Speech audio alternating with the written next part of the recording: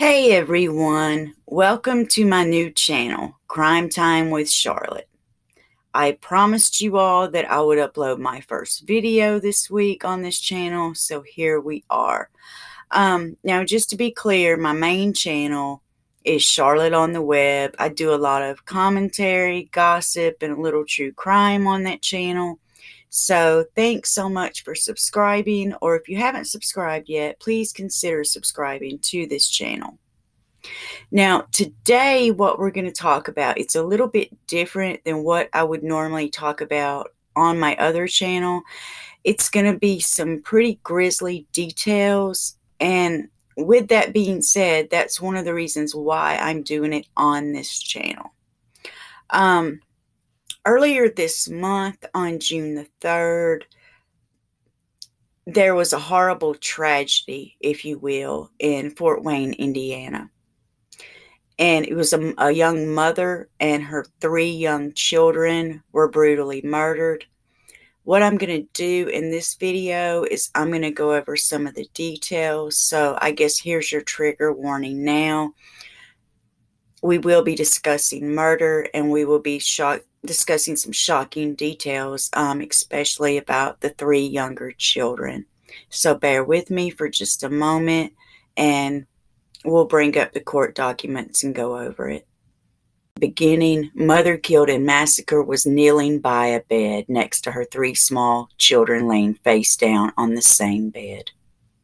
There's a picture of the suspect, Cohen Bennett, hands barren, 21 years old, stands accused of murdering his girlfriend, Sarah Nicole Zent, 26, Carter Matthew Zent, 5, Ashton Dwayne Zent, 3, and 2-year-old Aubrey Christine Zent on June the 3rd in Fort Wayne. According to a probable cause affidavit obtained by Law and Crime, police found Sarah Zent kneeling beside the bed next to her children, each of whom was found face down with their necks apparently slashed.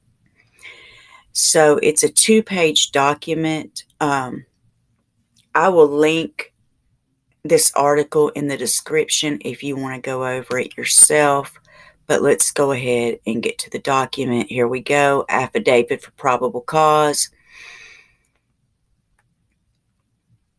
All right, the defendant, Cohen B. Hans Barron, is described as being white male. Then it gives his birth date. It goes on to talk about the officer who arrived Wednesday, June the 2nd, 2021, at approximately 10:43 hours. Officers of the Fort Wayne Police Department responded to an unknown problem at that address. When they arrived, officers located a male and female yelling, "He killed them, they're dead." Officer Munger spoke to witness 1, who stated that victim 1, Sarah Zent's boyfriend, Cohen Barron, did this. Witness 1 stated that prior to June 2nd, he had given Sarah Zent a set of keys to his truck to use anytime she needed it. Witness 1 said he was familiar with Cohen Barron and that Barron did not have permission to use the truck. The truck was described as a black Ford F-150.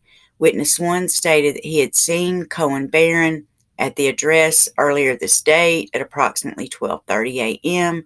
Witness 1 advised at 0554 hours on June 2nd, he saw Cohen Barron getting into Witness 1's truck and getting ready to leave the Gay Street location. Witness 1 stated that Cohen Barron then left the area in the truck without permission. Officers entered, and the address is redacted, and located an adult female, deceased, kneeling by a bed in a downstairs bedroom, and 3 small children lying face down on the same bed. My God, you guys,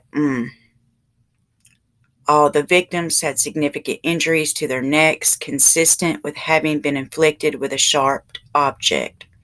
Medics pronounced the victims dead at the scene. The victims have been identified as Sarah N. Zent, and then it redacted the names of her children and the date of birth, but altogether there were 4 victims.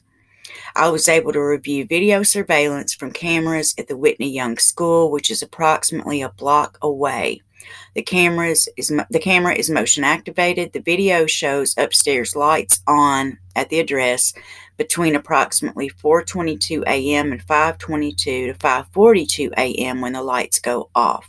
I was able to see that the black Ford F-150 belonging to witness 1 drives away from the address between 5:54 and 6:15 a.m. This information is consistent with witness 1's statements about seeing Barron leave. Detectives then continued to watch the surveillance video, and did not see anyone else enter or exit the residence until the 911 callers arrived. Detectives spoke to witness number 2, the mother of Cohen Barron. Witness 2 stated that she had not seen Cohen Barron for approximately 2 years, but he randomly called her at approximately 12:30 a.m. on June the 2nd to wish her a happy birthday. Witness 2 advised that Cohen Barron showed up to her house in Fort Wayne at approximately 6:15 a.m. this morning, talking and acting crazy, telling her that he had been shot in the stomach. Cohen Barron, witness 2, for duct tape and money. This scared witness 2, and she told Cohen Barron to leave her home. So I guess he asked his mother for duct tape and money. Officers viewed surveillance video from that address in Fort Wayne. This is the residence of witness 3, the stepmother of Cohen Barron.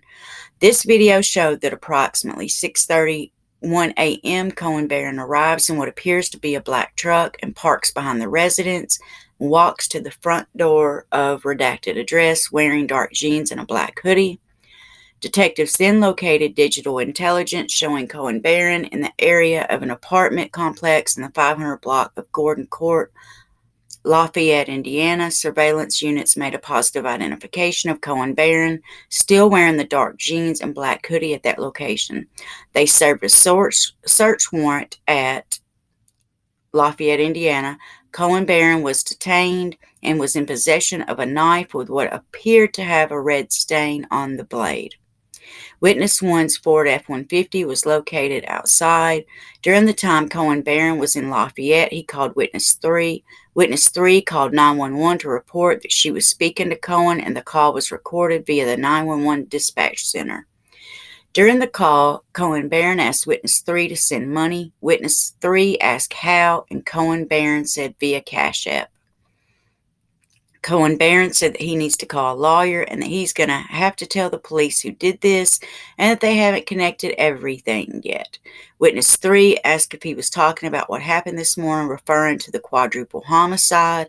Cohen Barron made a statement like, "I was there." When Witness 3 confronted him about the stolen vehicle, he claimed he had permission to use the F-150.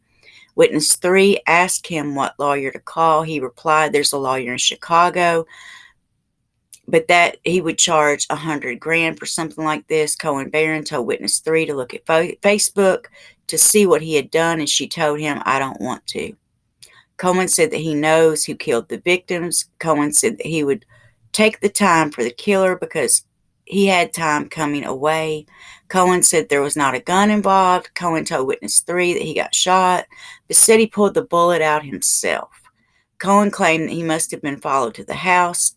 Cohen told Witness 3 that he went into redacted and saw Sarah Zent injured but did not see the kids.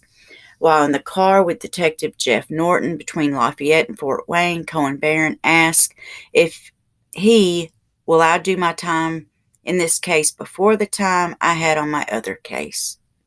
Wow. By his other case, Barron was likely referring to a pending probation violation from Stark County, Indiana. Upon arrival at the Fort Wayne Police Department, Barron was placed into a recorded interview room.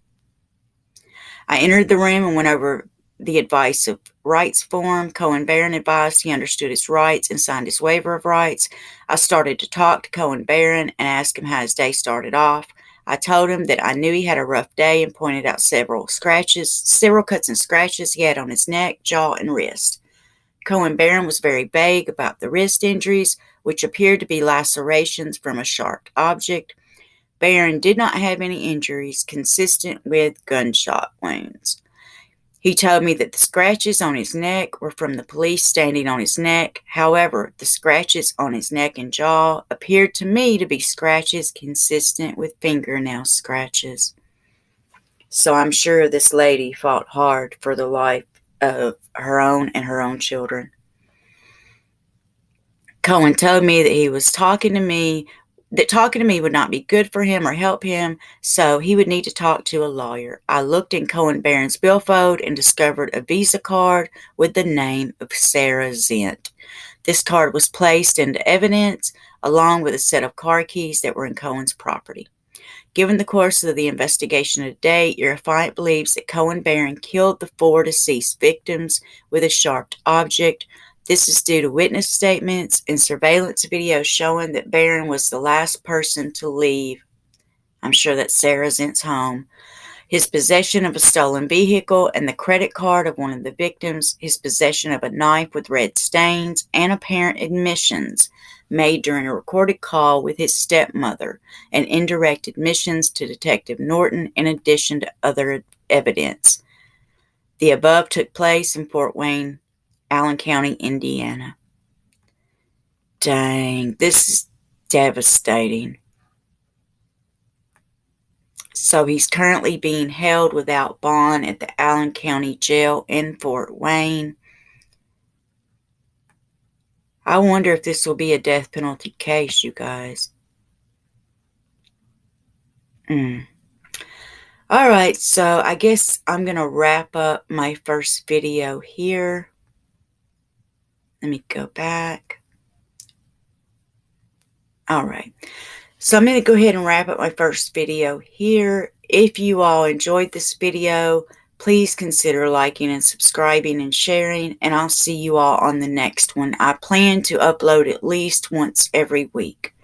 Have a great day, you guys.